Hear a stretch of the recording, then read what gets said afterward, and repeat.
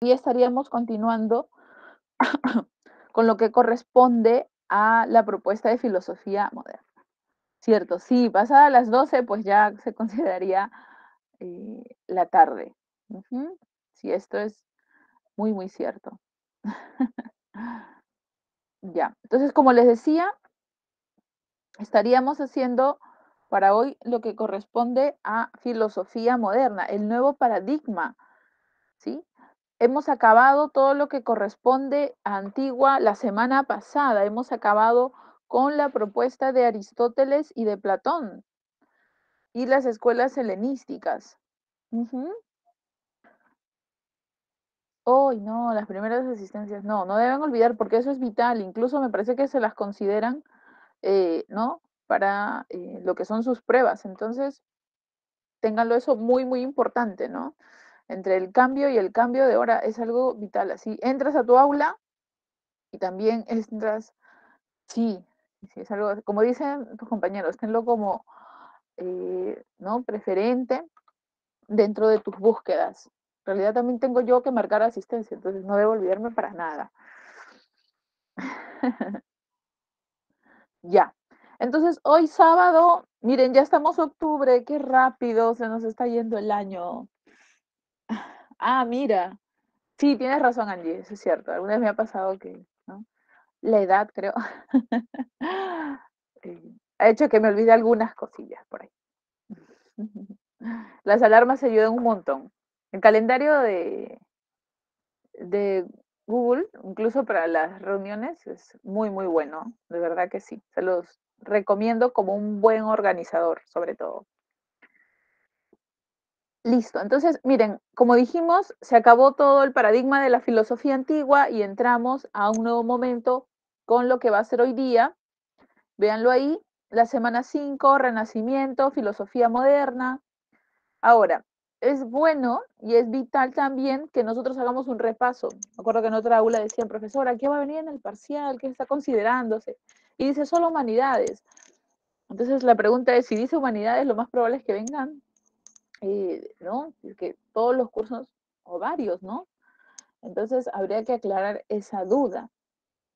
Y es por eso que, ¿no? Estaban al día sobre hasta qué semana más o menos. Claro, más o menos, exacto, ¿hasta qué tema? Entonces, si es la otra semana, es hasta la semana 6 en este caso. ¿M? Pero tienes que ser, digamos, un poco estratega. Si hemos hecho en mayor medida, desde la 1, claro, si hemos hecho en mayor medida 4 semanas de filosofía antigua, quiere decir que tú también te vas a dedicar a esto, que es, ¿no? Un mayor estudio de la filosofía antigua, porque de moderno solamente vamos a hacer 2. Entonces, ¿no? Sí o sí tienen mayor material para preguntar de la semana 4, ¿no? Perdón, de las primeras 4 semanas. Todo lo que son los periodos. Por ejemplo, el último periodo de la filosofía antigua, llamado el ontológico, ¿sí? Llamado así ontológico, tuvo como representantes a Platón y Aristóteles. ¿Cuál era el tema del que se debatía, el La tema del que realidad se hablaba? Pues era sobre, ajá, sobre, ¿ahí te escuché bien? Perdón, te interrumpí. de la realidad. Claro, de la realidad, de cómo es exactamente que se muestra la realidad. Y como muy bien lo dijo su compañero, tanto Platón afirma que lo real, ¿no? No está en este mundo, sino en el mundo de las ideas, ¿no? Por eso propone el mundo perfecto, el mundo de los arquetipos, mientras que Aristóteles dice, no, las cosas, ¿no? La realidad hay que entenderla solamente observándola aquí, en este mundo, y toda, cualquier cosa que tengas delante tuyo tiene tanto materia como forma. Entonces, nunca hubo, ¿no? Un segundo mundo. Al contrario, todo podía explicarse desde esta misma propuesta, desde este mismo mundo. Ah, muy bien. Entonces, eso es el tema en el periodo ontológico, sobre todo es, ¿y cómo es el fundamento de lo real? Para Platón es metafísico, quieres decirle, y para Aristóteles es, como por ahí creo que una vez dijeron, más experimental, más físico, está en las cosas mismas.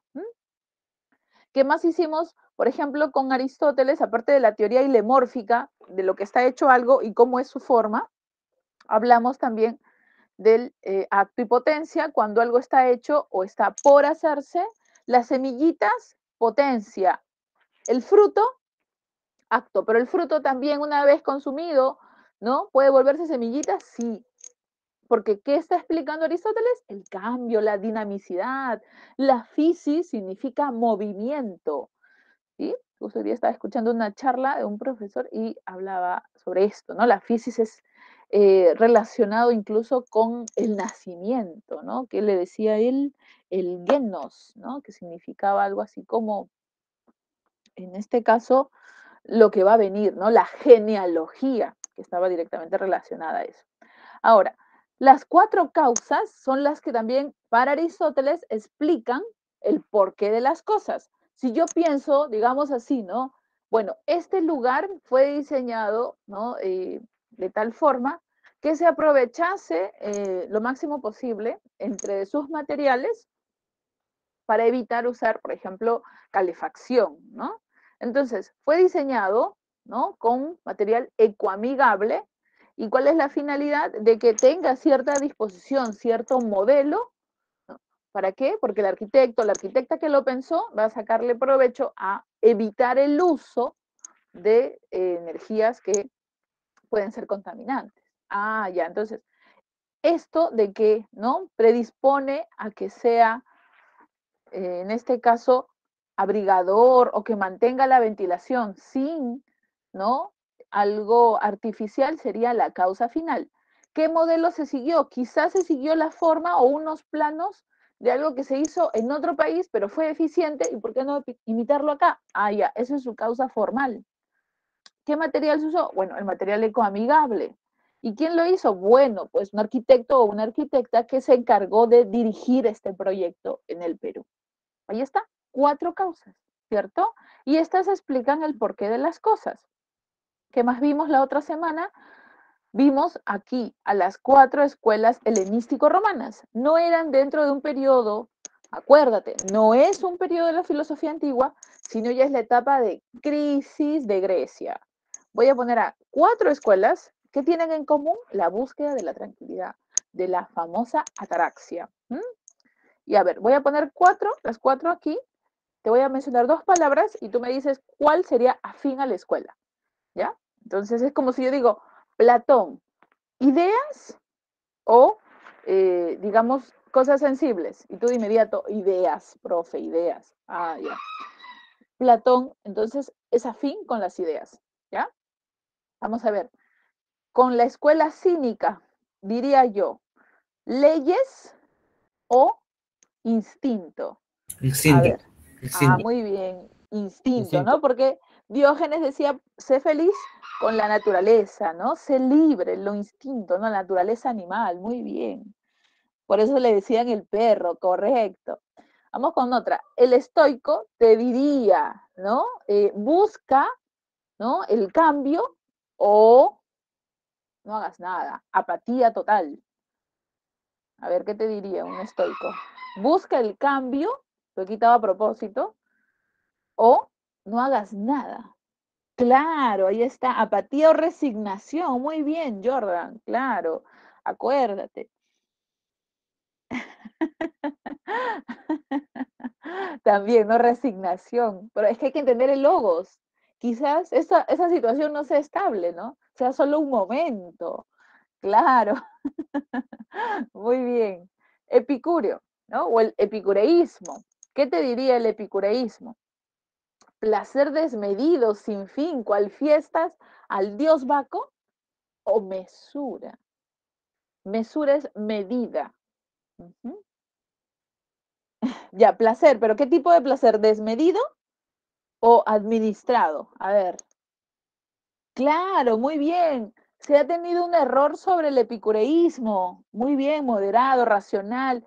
Claro, ¿no? Una administración inteligente entre lo que te produce placer y dolor. Perfecto. Ha habido equivocaciones cuando se ha pensado que ellos eran, ¿no? Excesivamente buscando ese placer.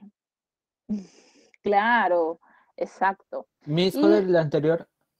el anterior es este, Epicuro. El No, anterior el 2. Epicuro. El 2. Ah, ya, estoico. Ah, ya, ya, estoico. Sí, gracias, Ujú. Miss. Ya, no te preocupes.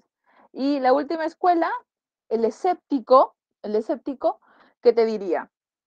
Confía o duda. Muy bien, por ahí. Yo los leo. Duda, duda. Ah, ya, ahí por ahí lo complican más. Suspende el juicio, duda.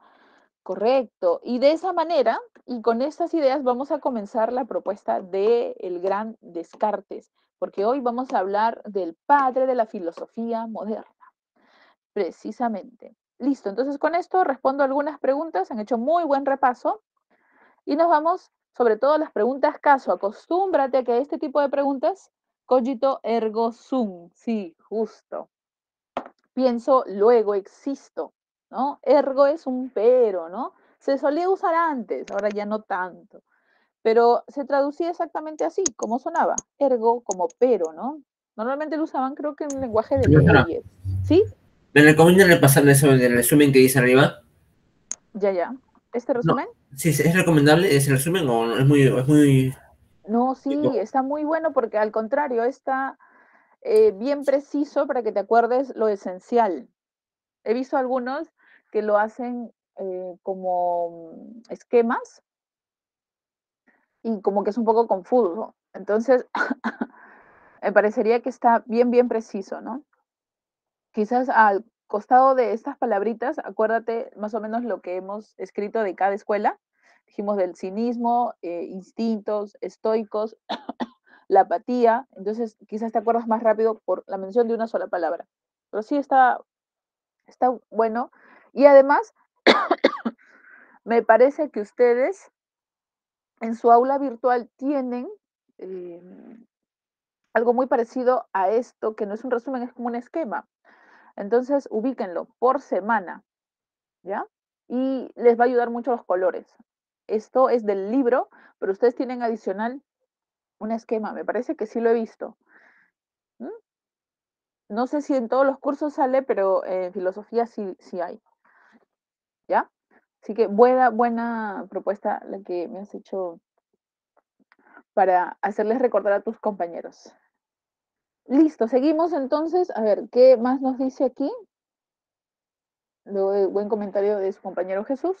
Dicen, en la creación de un buque se utilizan fierros, clavos, martillos, metales. Además es necesario la participación de los obreros y la inclusión del arquitecto naval, de cuyo plano, allá, a ver, miren, de cuyo plano depende la construcción del buque. Y ahora me preguntan, ¿qué elemento se corresponde con la causa formal? ¿Los materiales, los obreros o el plano? A ver, ¿Eso formal era para qué lo hacen, no? ¿cómo dices? ¿Cómo era el causa formal? La causa formal es cómo está hecho, digamos así, ¿no? ¿Qué diferencia tienes losa, ¿no? Y tienes un plato y tienes una taza, que aunque tengan el mismo material, ¿qué los diferencia? La forma. Entonces, la causa formal es esto, ¿no? Ujú.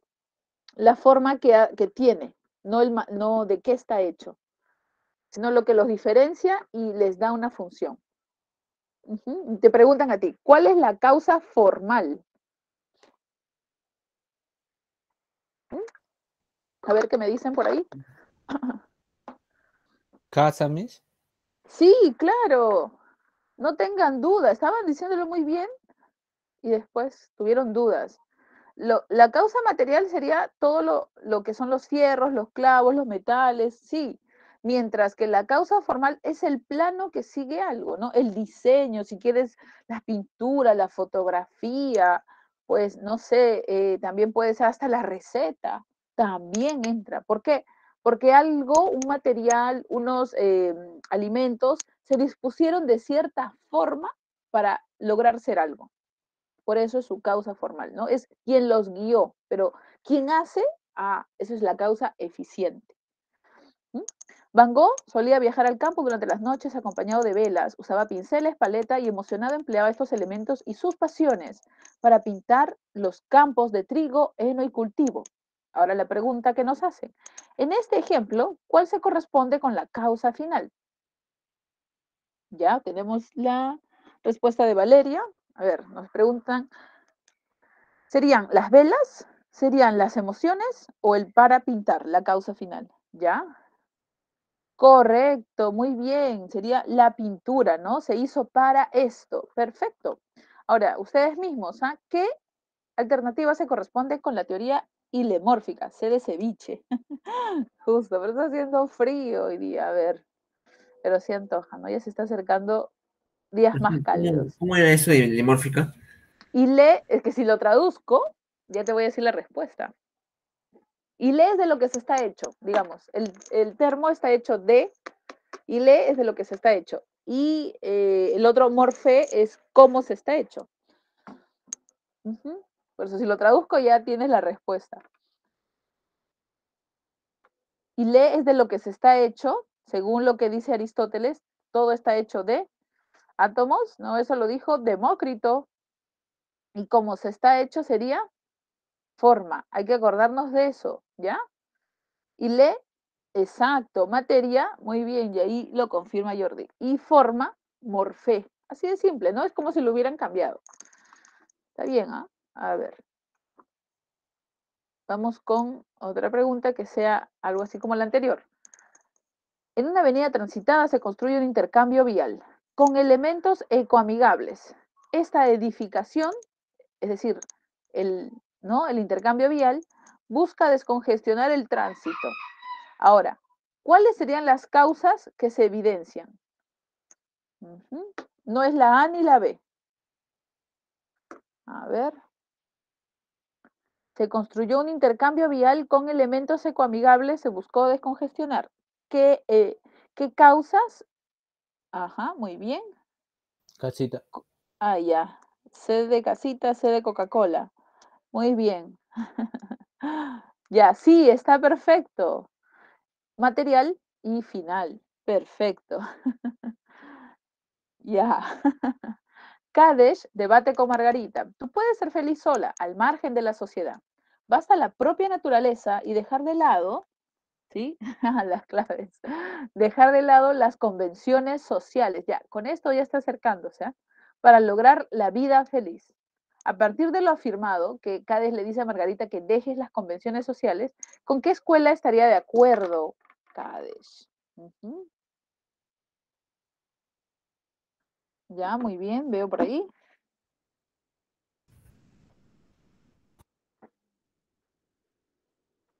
Correcto, sería con él. Cinismo, perfecto. Ya. Vamos entonces, les comparto las claves que no he podido culminar, ¿no? Hemos hecho varias preguntas, 5 de las 10, y vamos ahorita a nuestra clase de hoy. Estamos situados entonces con la semana 5, que corresponde ya al periodo de la filosofía moderna. Entonces quedó atrás todo lo que estás pensando en Aristóteles, Platón, ya déjalo a un costado y enfócate en los nuevos filósofos que vienen desde hoy. Y este debate, así como alguna vez pensaste en Heráclito y en Parménides que debatían, ahora piensa en ellos dos, nuevos, también debaten, también tienen conflicto entre ambos, Descartes y David Hume, ¿sí? Siempre piénsalos así, de a dos porque es más fácil. ¿Por qué es necesario, antes de la filosofía moderna, hablar de lo que es el Renacimiento? Y es precisamente porque fue un periodo llamado de transición. Entonces, ¿qué hago? Necesito reconocer qué sucedió, ¿no? Para que se dé uno u otro, en este caso. Ahora, dice, el Renacimiento es un movimiento cultural, ¿no? Que va a surgir en Italia, en la ciudad de Florencia, en el siglo XV. Es más conocido, seguro esto lo ven en historia, por lo que significaba el arte. Entonces, el que menos conocía a los renacentistas por las expresiones artísticas. Pero el Renacimiento también significó un cambio de lo que era el, el entendimiento del ser humano. Antes se le miraba como imagen y semejanza de la divinidad, el hombre creado de esa forma. Ahora, en el Renacimiento lo que se busca es que él sea autónomo, sea independiente, se sienta libre, pero no solo como un ser humano en general, sino como todas aquellas disciplinas que hasta ese momento se venían realizando, es decir, las ciencias y las humanidades. Y también, pues ahí tenemos incluidas las artes. Ahora, ¿qué significó esto? Que por mucho tiempo, si se quería entender, por ejemplo, si alguien tenía una enfermedad, ¿no? Digamos una enfermedad psicológica, no se entendía. ¿Y qué se le decía? Ah, no, es que tiene esos problemas porque seguro ha hecho algo malo. Entonces se confundían las enfermedades con acciones inmorales y a alguien que podía estar padeciendo de algún trastorno psicológico se le trataba de inmoral y se le encerraba en las cárceles. Pues esto, ¿por qué no avanzaba? Porque los estudios previos al medioevo, porque el Renacimiento va a ser después de la época medieval, ¿no? Estos estudios de la época antigua, de cómo entender la psique, que ya había hecho incluso el mismo Aristóteles, habían quedado apartados y negados y eran vistos como libros apócrifos. ¿Qué hace el Renacimiento? Dice, no, no hay que tenerle miedo a esto, que ya se investigó. Más bien hay que usarlos para avanzar en ciencias, ¿sí? Y de esa forma, en el Renacimiento se va a trabajar lo que es el hombre y el entendimiento de la naturaleza desde un punto de vista experimental. Entonces, sin temor a estar, ¿no? Chocando con alguna creencia. El hombre se vuelve libre de lo que va a ser la figura paterna de Dios. Existe Dios, pero no como alguien que es restrictivo, sino como alguien que te dio el conocimiento y ahora tú debes usarlo. Por eso es que se reacciona contra la tradición escolástica. La escolástica era una forma de enseñanza que decía memoriza, memoriza, memoriza, luego habla y ahí aprendiste todo. Y si no puedo memorizar, pues intenta de nuevo, ¿no? Porque no había la lectura crítica de las cosas. Eso fue el Renacimiento, un cambio de modelo de la figura divina a antropocentrista. ¿Qué significa antropos? Ser humano, ¿sí? Ahora, esto de el avance científico se trasladó a muchas disciplinas, en este caso a la filosofía, y dentro de la filosofía, a lo que va a ser la crítica entre Descartes y David Hume. ¿Mm? Entonces, miren ahí qué importante es, ¿no? Entonces, dentro de la filosofía moderna, también se va a recibir estos avances que se dieron, ¿no? Que se venían dando desde el Renacimiento.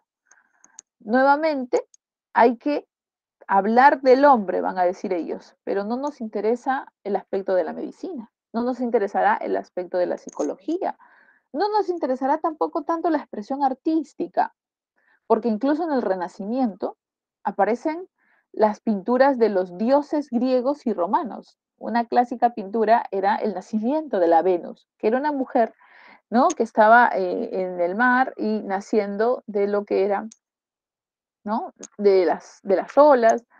Entonces, pero esta mujer tenía figura humana, pero si era una diosa, es que como lo más importante era el hombre y sus manifestaciones, hasta los dioses tenían forma humana.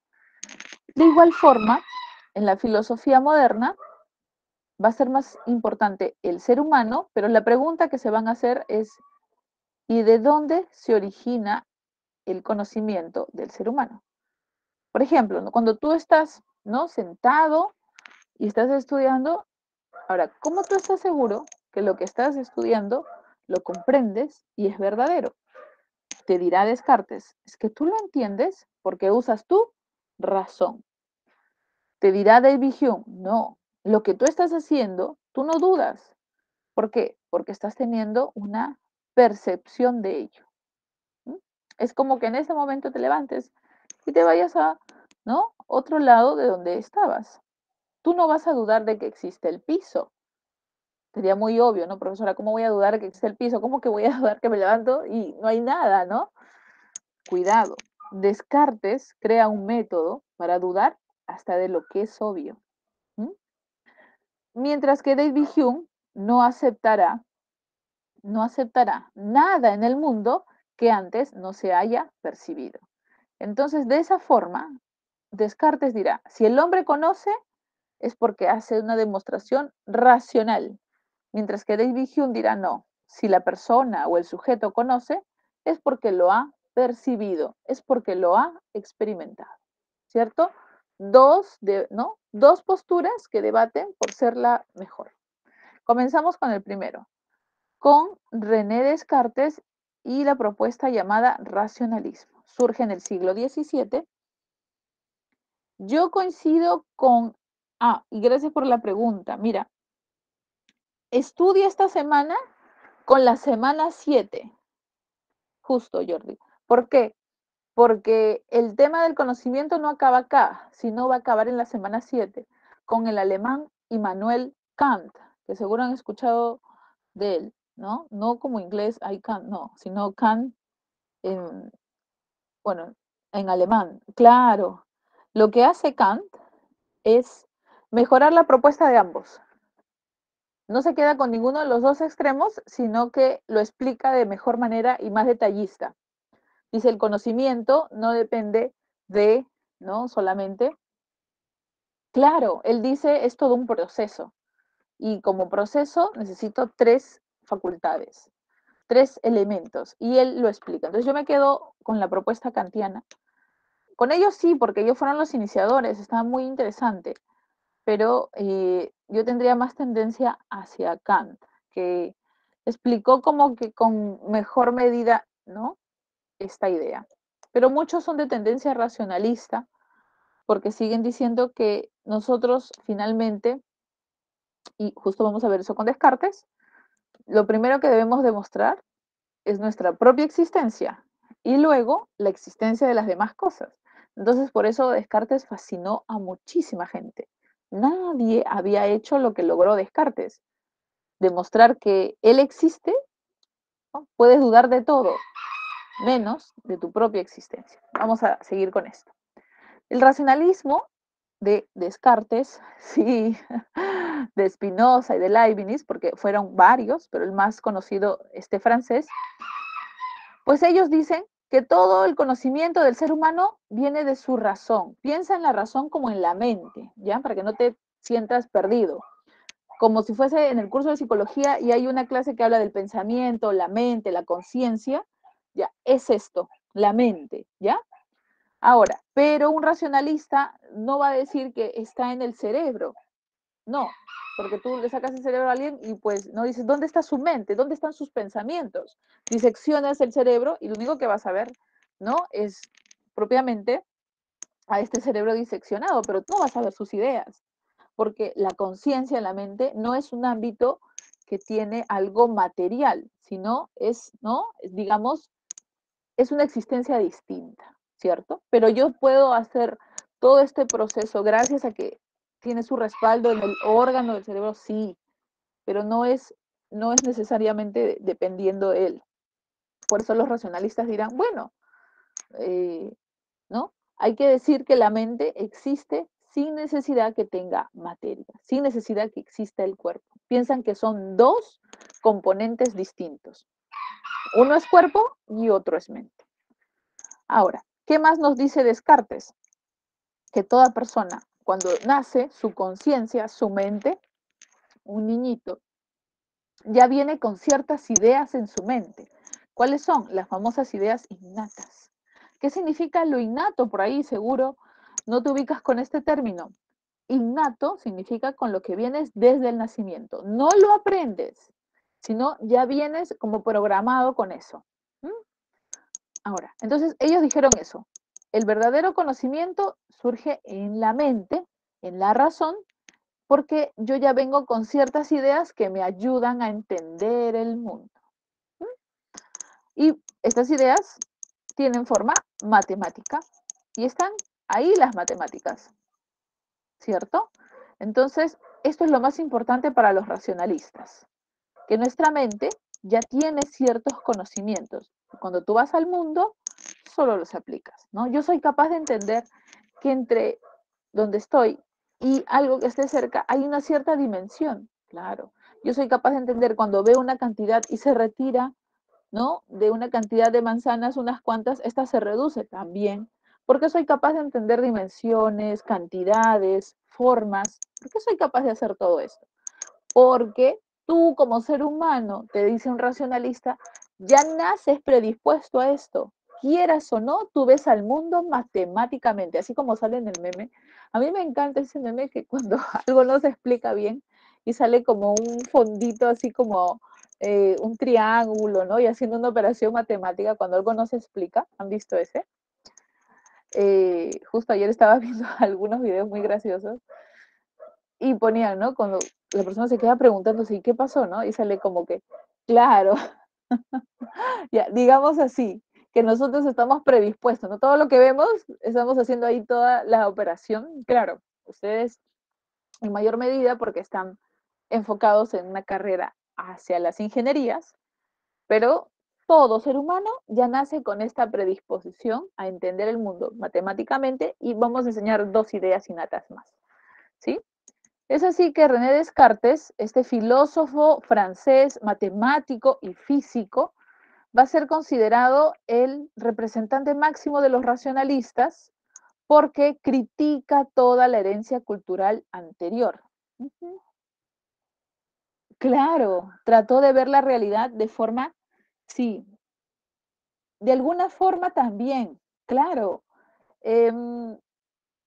Einstein lo menciona, pues, ¿no? Claro, porque Spinoza es un poco más antiguo. Miren, es tan interesante Spinoza que él crea un texto, sí, habla incluso sobre Dios, em, pero él crea un texto donde justifica a una ética matemática y fue bastante interesante. Aquí justamente lo menciona. Porque para él todo tenía que justificarse o demostrarse, porque era una propuesta racionalista. Ellos estaban convencidos que todo podía funcionar de esa forma, tan exacta, tan válida para todos, universal, como los principios matemáticos. Entonces, fue el primero en proponer eso, ¿no? Que luego Kant también lo mejora, ¿no? Kant muy astuto los leyó y pues mejoró sus propuestas, ¿no? Entonces dijo, si ya estaba bien, hay que seguir, ¿no? Con estas ideas. Así que no hay que negarles el muy buen avance que tuvieron. Regresando a Descartes, se le llama el padre de la filosofía moderna porque va a criticar al conocimiento anterior y va a proponer algo nuevo, algo totalmente novedoso para la época. Y era que hay que comenzar desde cero. No hay que preguntarse si el ser humano conoce o no. Primero hay que demostrar si realmente existe el ser humano. Y si no solamente somos ideas que alguien está pensándonos, ¿no? Somos creación. Es como si, por ejemplo, a mí me encanta pensar la película, ay, Dios, ¿cómo se llama? Este actor de La Máscara. Si ustedes ubican la película La Máscara. Jim Carrey. Jim Carrey, ahí está. Ya, él tiene una película en donde prácticamente toda su vida fue creada y había sido como un talk show, sí, es una película, es una película. Eh, y desde niñito, ¿no? Él se había visto cómo crecía, ¿no? Sus primeros juegos, cuando iba a la escuela. Toda su vida había sido un programa de televisión. Truman Show, correcto, sí, es muy, muy buena. Pero él vivía como si todo lo que estuviese viviendo fuese real y como si fuese algo anecdótico, algo que le pasaba, algo como cualquier persona. Lo que no sabía es que él estaba cumpliendo un papel, ¿no? Que todo estaba no estaba siguiéndose algo ya predicho. Entonces era un guión, pero él pensaba que no. Entonces es algo así como que podríamos usar con Descartes. Antes de pensar, ¿no? Si estamos viendo el mundo, como quizás lo pueda pensar Truman, hay que pensar si realmente nosotros existimos como seres capaz de pensar las cosas y nosotros mismos somos libres, ¿no? Truman llega a un momento de colapso y quiere ser libre y no lo dejan. Es muy buena la película, pero un poco hablaría de esto, ¿no? Él finalmente se siente libre cuando sale de lo predicho para él, la función que le dieron, ¿no? Pero Descartes diría, el hombre se hace libre también cuando es capaz de demostrar que él existe primero y las demás cosas son ya consecuencia de que yo pude demostrar mi existencia, pero no física, acuérdate, él es un racionalista. Él no demuestra que tienes un cuerpo, él demuestra que eres capaz de tener conciencia, ¿no? Yo delante mío, por ejemplo, tengo unos cuadros. Yo sé que aunque sean cuadros de personas, ellas no tienen conciencia de que están ahí, pero yo sí, como en este caso persona, soy consciente que ellos están ahí, ¿no? Por el otro lado, por mi mano derecha, están algunas plantas. De igual forma, ellas están ahí, están, tienen vida, a diferencia de esos cuadros que veo delante mío. Pero ellas tampoco tienen conciencia de que existen. ¿Quién, en cambio, tiene la conciencia frente a esos objetos, frente a esas plantas, ¿no? O a mi mascota que puede estar por ahí? Bueno, la conciencia es mía y lo que hace Descartes es demostrar a esta conciencia para que nadie duda de que existe la conciencia humana. Primero, antes de eso, Descartes enseña unas reglas llamadas las reglas del método. ¿Qué había pasado? Todas las ciencias habían avanzado de manera extrema, muchísimo, muy rápido, así, y habían caído en un momento en un grado de especulación. Entonces, para ponerles orden y decir quiénes van a ser realmente ciencias y quiénes son pseudociencias, es que él pone solamente unas reglitas, ¿ya? Evitando que vayan a cometer excesos. Son bien fáciles estos 4 preceptos. Lo primero que dice Descartes es, antes de empezar un método, fíjate en que lo que tengas sea una correcta evidencia. Antes de observar, encontrar el problema, fíjate primero en que lo que vas a usar es una evidencia y no tengas dudas de lo que vas a usar como evidencia. Segundo momento del método, somete a análisis esta evidencia. Antes de decir, bueno, y encontré el problema y esta es su respuesta y no me proyecto, no. Primero, trata de entender la evidencia que estás asumiendo va a ayudar. Tercer momento, ya ahora sí, puedes seguir experimentando, puedes lanzar tus hipótesis, pero recuerda, tercer momento, retornar a cómo era la evidencia. Sintetiza, reconstruye. Si antes desarmaste, vuelve a lo armar. Y por último, comprueba. Es decir, revisa cada paso dado. ¿Qué estoy diciendo yo? Que de alguna forma Descartes sabía que entre estos pasos puedes dar algunos otros, ¿no? Porque el método científico comienza, algunos dicen, con la observación, pero Descartes estaba limpiando el error en algunos otros pasos para que tú no vayas a ¿no? cometer errores al momento de considerar, por ejemplo, con qué vas a trabajar. Si tú ya tienes mala evidencia, entonces los siguientes pasos están ¿no? por demás. Esto lo escribe en este libro, Discurso del Método.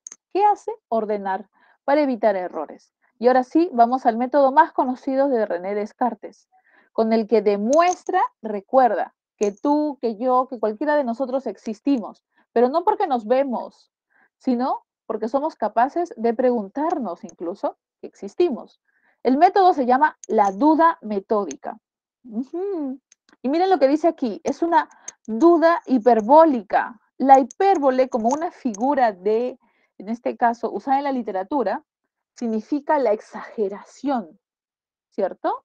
¿No? La hipérbole, la anáfora, la catáfora, el símil, ¿no? Ya. Eso es una figura usada para exagerar algo, ¿no? Yo no digo qué bello, sino digo bellísimo. Yo no digo, ¿no? Algo que sea bueno, sino que diga buenísimo. Ahí está la exageración, excelente, ¿cierto? Ahora, la duda hiperbólica también es así de exagerada. ¿Y con qué exagera? O sea, no es un desconfío de algo, sino desconfío de todo. Eso es lo que quiere.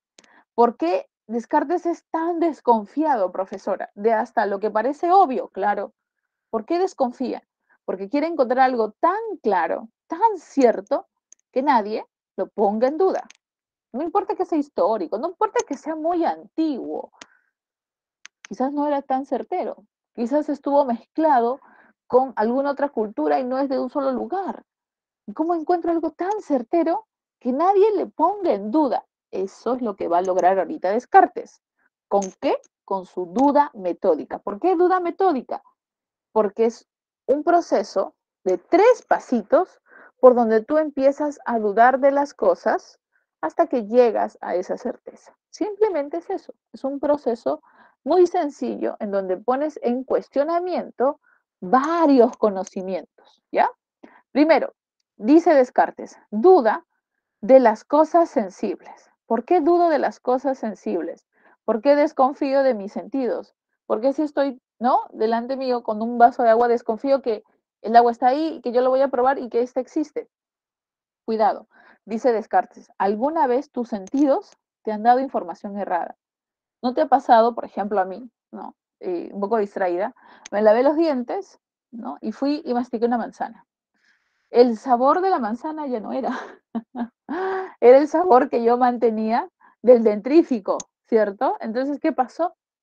Se supone que yo inmediatamente tenía los sentidos y tenían que estar dispuestos a reconocer el sabor de la manzana, pero mis sentidos se pueden aturdir por alguna sustancia, por alguna experiencia, claro, ¿no? Estoy yendo por un lugar que está un tanto tenue y aparece una luz cegadora y eso no me va a permitir, ¿no? Ver las demás cosas. Nuevamente, tus sentidos pueden ser fácilmente engañados. Entonces, ¿qué pasa? Lo que te dan son datos confusos. ¿Y qué te dice Descartes? ¿Puedes creer en cualquier evidencia? No, solamente en la que no muestre desconfianza alguna. Y si ellos ya alguna vez se equivocaron, vas a suponer que siempre se equivocan. Desconfiaste, entonces te quedaste sin cuerpo, te quedaste sin ningún sentido, ¿ah? Dudaste de todos tus sentidos. Segundo paso de la duda, desconfía si existe la realidad, desconfía si existe el mundo. ¿Cómo? Descartes dice, de manera muy sencilla, seguro, ¿no? A mí, por ejemplo, me ha pasado que en el sueño has tenido una experiencia un tanto extraña, ¿no? Complicada. Y, por ejemplo, a mí me pasó una vez que soñé que un familiar cercano falleció. Ujú. Pero, ¿cuál Jedi? Porque esta persona no estaba mal, sino delante mío empezó a desaparecer. Y luego me embargó una angustia terrible, ¿no? Como que esta persona hubiera fallecido. Pero, ¿cuál Jedi? Porque los Jedis eran así, ¿no? Cuando morían simplemente quedaba su capa. Ya, lo mismo me pasó a mí, ¿no? Pero yo me hacía la idea en el sueño que esta persona había fallecido y yo la vi simplemente desaparecer, ¿no? Imagínense qué tal imaginación, ¿no? Así. Y al despertarme, yo, ¿no? Me sentí así con ese temor, dije, wow, y ya no está. Y luego, ¿no? Simplemente retorné a mi estado de alerta habitual y dije, esto fue un sueño. ¿Pero qué pasó? Yo me levanté con toda esa conmoción, claro, ¿no? Dije, ¿qué pasó? ¿Por qué me siento de esa forma? Y entonces, ¿por qué? Porque el sueño me atrapó hasta en los sentimientos. Y después simplemente me di cuenta que no había pasado nada, ¿sí? O, por ejemplo, el clásico sueño de que alguien, ¿no? Va a un lugar y sueña que se cae. Sueña que se cae y sientes todo el vacío, ¿no? Todo el vacío y tienes temor y cuando te despiertas dices, ¿qué pasó? No, pero en realidad nunca te caíste, pero sientes en todo el cuerpo, claro, es real, casi. Dicen, bueno, ya el psicoanálisis tiene una explicación, ¿no? Con el estado de ánimo, pero ¿por qué nos invadió hasta el tema de las emociones, los sentimientos? ¿Por qué se asumió como real? Y dice Descartes, es que no tenemos un criterio para saber cuándo hay que asumir que es un sueño y cuándo asumir que es realidad. Acuérdate, claro, ¿no? Acuérdate que ya no puedes confiar en los sentidos. Y entonces, lo que dice Descartes es que finalmente no hay manera de saber si estás en un sueño o estás en la realidad. Por tanto, desconfías que existe el mundo. Tercer y último paso de la duda, desconfía de las demostraciones matemáticas. Descartes es un matemático. Él sabe que en esto no puede desconfiar, pero él da este argumento. Mira, puede existir un famoso geniecillo maligno. Y este geniecillo maligno, finalmente, siempre nos hace dudar, siempre nos hace desconfiar, siempre hace que la creencia en nuestros principios, en nuestros axiomas, tambaleen. Por tanto, desconfío de si realmente existen o todo lo llegado con las matemáticas es real. Entonces, ¿qué pasa? ¿no? Lo que sucede es que ya no puedo confiar ni en ellas. Y así, miren, regreso a la metodología y con esto terminamos el método de Descartes.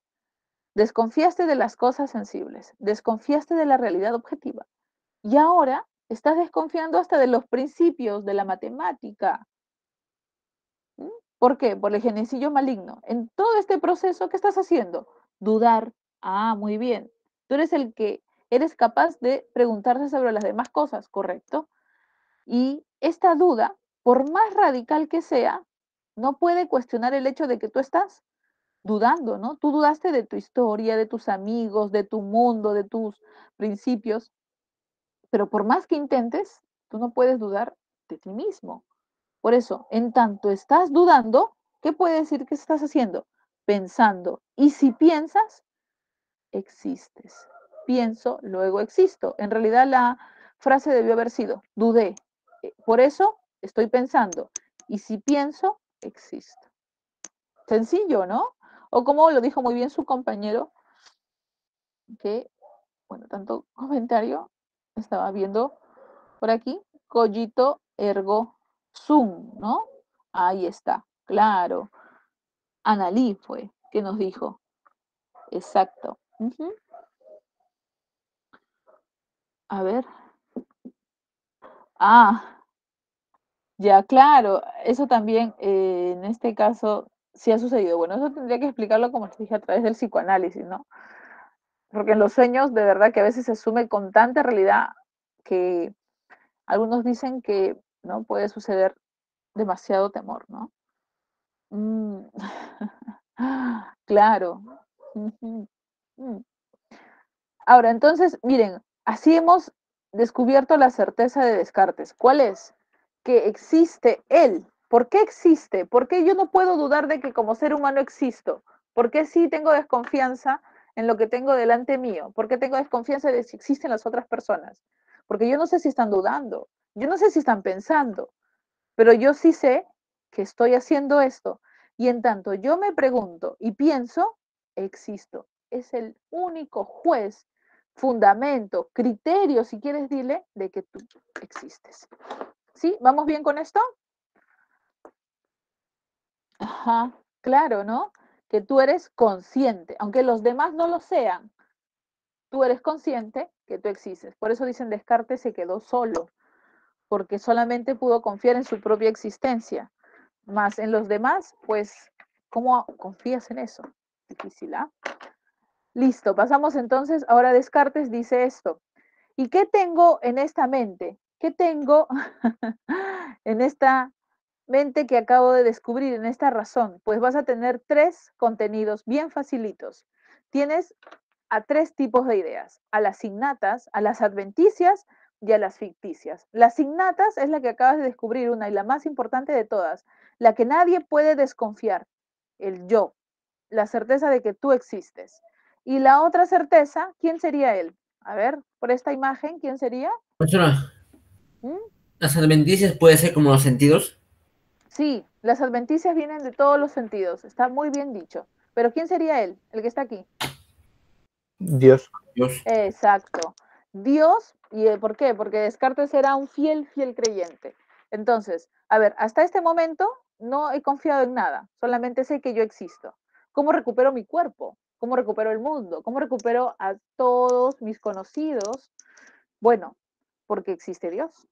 Dios existió siempre, solamente que cuando ya tuve la confianza en saber que existe mi conciencia, mi mente, empiezan a aparecer unas ideas que me hacen pensar en él. Y realmente existe. Y es que gracias a él puedo decir que existe el mundo, porque con su máxima benevolencia, va a decir Descartes, es que no va a dejar que el famoso geniecillo maligno te engañe, recuperas a tus matemáticas, también existe el mundo y por tanto necesitas sentidos para percibir el mundo.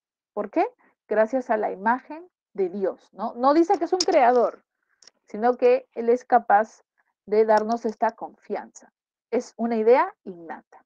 Por ahí, como muy bien lo dijo su compañero, las ideas adventicias vienen de los sentidos. Pueden ser del presente, que yo en este momento saboree algo es una idea adventicia. Que yo haya saboreado un rico helado ayer, también es una idea adventicia. No importa el tiempo, sino que venga de los sentidos. Y las ficticias, por ahí mencionaron que en el sueño, ¿no? Elaboraron todo un esquema, una acción, ya, eso puede ser ficticio. Yo me imagino, por ejemplo, en el universo Marvel, DC, ¿no? O en alguna otra película, ¿no? Ahora me parece que está de moda el juego del calamar. Ya. Esto podría entrar a ideas ficticias, ¿cierto? ¿Mm? ¿Por qué? Porque son producto de la imaginación. Terminando entonces con Descartes, ya sabemos el contenido de la mente, pasamos rápidamente al empirismo en los minutos que nos quedan, y de ellos debemos tener algo bien claro, que todo el conocimiento, tanto de John Locke, Berkeley y David Hume, lo van a tener a través de la experiencia. Recuerda, nada que no se haya experimentado puede decirse que es verdadero. Por tanto, profesora, si yo soy ciego de nacimiento y nunca pude ver un atardecer, ¿no podré tener conocimiento de ello? No, pues. Según el empirista, no, porque tendrías que tener acceso a través de la experiencia. Nadie, por más que te lo describa, te va a decir cómo es. Exacto, muy bien dicho, Analí. Nacemos con la mente en blanco. Por tanto, a ver, la mente en blanco, ¿a qué tipo de ideas criticarían? A ver, si les viene esa pregunta que ha venido alguna vez. Las ideas innatas. Correcto, exacto, ¿no? La mente del niño es una mente en donde se va a llenar con conocimiento. Muy bien, claro. Y se critican las ideas innatas en este caso. Entonces, de esta forma, los empiristas llegan a decir que en el hombre no hay nada previo, sino que hay que darle todo el conocimiento. ¿Mm? Ah, eso lo dice en este caso, a ver, el filósofo político, el que critica a John Locke, es Thomas Hobbes. Thomas Hobbes, sí. Que dice, el hombre es un lobo para otro hombre. Cuando nos toque hacer filosofía política, ahí vamos a hablar un poquito de esa predisposición. Pero ahorita, claro, John Locke está aquí, que es un empirista, pero también es un filósofo político que habla del liberalismo, por ejemplo. Ahora, estábamos aquí con los empiristas y decíamos que el máximo representante de ellos es David Hume. Él escribe este libro, Tratado sobre la naturaleza humana. ¿Y por qué menciono esto? Porque en este libro él escribe esto que tú te tienes que acordar. Lo más importante de los empiristas es te tienes que acordar que el niño nace con la mente en blanco, aprende desde su lenguaje hasta cómo socializar, ¿cierto? Por ejemplo, el hecho de la discriminación, nos dicen, pero no, con eso se nace, no, eso es falso, eso es aprendido, porque no es que nosotros vemos un color y decimos malo y bueno, ¿no? No tengo el video acá, si no se los compartiría porque es un experimento que yo lo he visto en varios idiomas, en varios países del mundo, que se hace con niños, se les pone dos muñecos y les pregunta, ¿no? Entonces se ha hecho esta experiencia, ¿no? Es un experimento precisamente para ver cómo hasta eso es aprendido, ¿no? Porque nosotros empezamos la socialización con los primeros agentes, por ejemplo, la familia, y luego agentes ya como la escuela, ¿no? Entonces, eso, todo aprendido ya. Eso te tiene que hacer acordar de los empiristas. Entonces, esta mente en blanco, según David Hume, se llena con conocimientos. ¿Qué tipo de conocimientos yo le doy? Percepciones. Pero hay dos tipos de percepciones bien facilitas. Mira, las impresiones y las ideas. ¿Mm? Las primeras son las que suceden en el presente, en este mismo instante. Por ejemplo, que yo en este instante, ¿no? Empiece a, por ejemplo, tengo una manzana, ¿no? Que en este momento empiece yo a masticar mi manzana. Entonces, ¿eso qué sería? Mi impresión del presente. Y se llamaría impresión de sensación. Que la manzana, al masticarla, esté ácida. Entonces ya no solamente es una impresión de sensación, sino que me trae hasta fastidio. Eso se llama una emoción y es una impresión de reflexión. ¿Sí?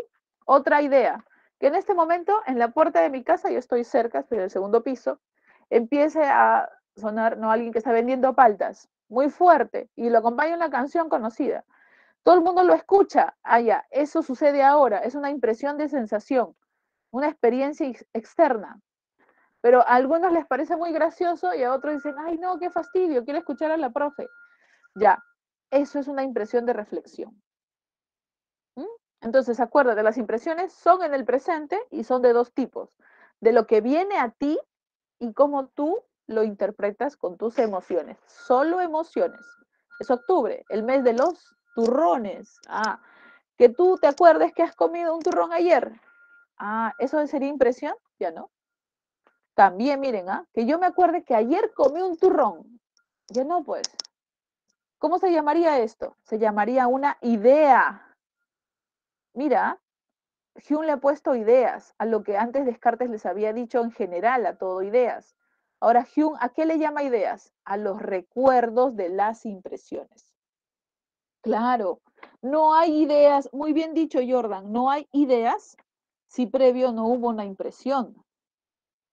Las impresiones reflexivas, claro que sí, porque eso depende de cada sujeto, ¿no? Por ejemplo, me mostraron una imagen de un bello paisaje, pero era desde un lugar en donde había una ventana y abajo se veía el precipicio. Yo tengo acrofobia. A todos les pareció que lindo el paisaje, ya, eso es impresión de sensación. Yo tengo acrofobia. Yo vi eso y de inmediato me generó temor. Ah, ¿por qué? Claro, porque eso ya era subjetivo, eso era interno, ¿no? A la mayoría le gustó, pero como yo tengo este temor a las alturas, entonces yo tuve una impresión de reflexión distinta. Correcto, sí, eso es subjetivo, es interna. Ahora, les decía el recuerdo. El recuerdo viene de las impresiones, son menos intensas, son copias de las primeras, y Hume les pone así, ideas, pero en realidad se refiere a recuerdos. Y también Hume termina diciendo algo muy similar a Descartes. Habla de la imaginación, pero la pone al nivel de los recuerdos. Cuando tú mezclas sensaciones previas y creas nuevas, estás usando la imaginación. ¿Mm? A ver, que tú escuches una canción en este momento, ¿qué sería? Que tú escuches una canción en este momento. Que recuerdes una tonada. Una idea. Ya, y eso es según David Hume. Y según Descartes, que tú escuches la canción o que recuerdes la tonada. ¿Cómo sería? Una idea innata. No, No, adventicia, adventicia. claro. ¿Por qué? Porque no importa que haya sido hoy o que sea ayer. Eso no importa. Basta que sea de los sentidos y de inmediato se vuelve adventicia. ¿Sí? De inmediato se vuelve adventicia. Algún personaje de Marvel, por ejemplo, no sé, justo vi una imagen de, Dios, creo que este Spider-Man. actor, ya, Spider-Man, ahí está, ¿no? Que ahora es un nuevo actor. Ya, él sería una idea de la imaginación para Descartes y también para quién, para David Hume, son iguales. Ahí sí no varían, solamente que David Hume las pone al nivel del recuerdo. Pero los dos hablan de ideas de la imaginación. De esa forma termino con David Hume con esto de aquí, que termina diciéndonos David Hume sobre que hay una crítica a las ideas de la sustancia. Muchos tiempos nosotros nos hemos creído la propuesta de que las cosas tienen esencias y que siempre que veíamos algo decíamos, por ejemplo, el ser humano tiene alma, es su esencia. Ese objeto tiene un trasfondo que no es físico, que no es material, es su esencia. Pero, dice David Hume, como buen empirista y apoyador de lo sensorial, que es imposible que tú digas que las experiencias tienen un soporte de cualidades. Es decir, tú le puedes decir a una esencia, el alma de tal persona es de tal color, de tal sabor, de tal peso. No, no tienen, ¿cierto? Como no tienen un soporte con cualidades sensibles, por tanto, solamente vienen de la imaginación. Por tanto, de esa forma, Hume descarta a todas las ideas de la, ¿no? En este caso de la imaginación, porque tienen que haberse percibido. Y termina con esta idea. También critica la idea de causalidad. ¿Por qué? Porque lamentablemente, si todos siguiéramos el método científico, no habría problema. ¿Qué es lo que sucede? Muchas veces, cuando hemos, por ejemplo, hecho el método correlacional, hemos juntado a dos variables, diciendo que una causa necesariamente llevará un efecto. Pero no siempre es así. A veces erradamente hacemos, ¿no? Forzamos algo. Y no tiene nada que ver con eso, ¿no? No tiene nada que ver con la consecuencia. ¿Por qué mucha gente va a comprar a cierto lugar? Es que la música que ponen ahí es adecuada. Quizás no sea eso. Quizás sean, ¿no? Que el ambiente es agradable. Quizás sea que es cerca. Quizás sea la atención. Entonces, ¿Por qué tú relacionaste solamente la música? Porque equivocaste una causa a tal efecto. ¿Qué sucede? De esa forma, Hume dice, tienes que tener cuidado. No porque lo hayas visto un par de veces, vas a decir que siempre va a suceder así, que va a tener una indefinida reiteración. Lo ideal sería que tú revises constantemente si hay una relación directa y si no, has caído presa del hábito o de la costumbre. Como sucedió muchas veces, tal persona es así, allá, va a hacer esto. Vas a caer en los prejuicios y eso no es el buen trabajo del científico. Por tanto, critica a la idea de causalidad si es que no ha tenido una debida demostración. ¿Listo? Dejamos aquí la propuesta de la filosofía moderna. Cierro grabación. Entonces, no se olviden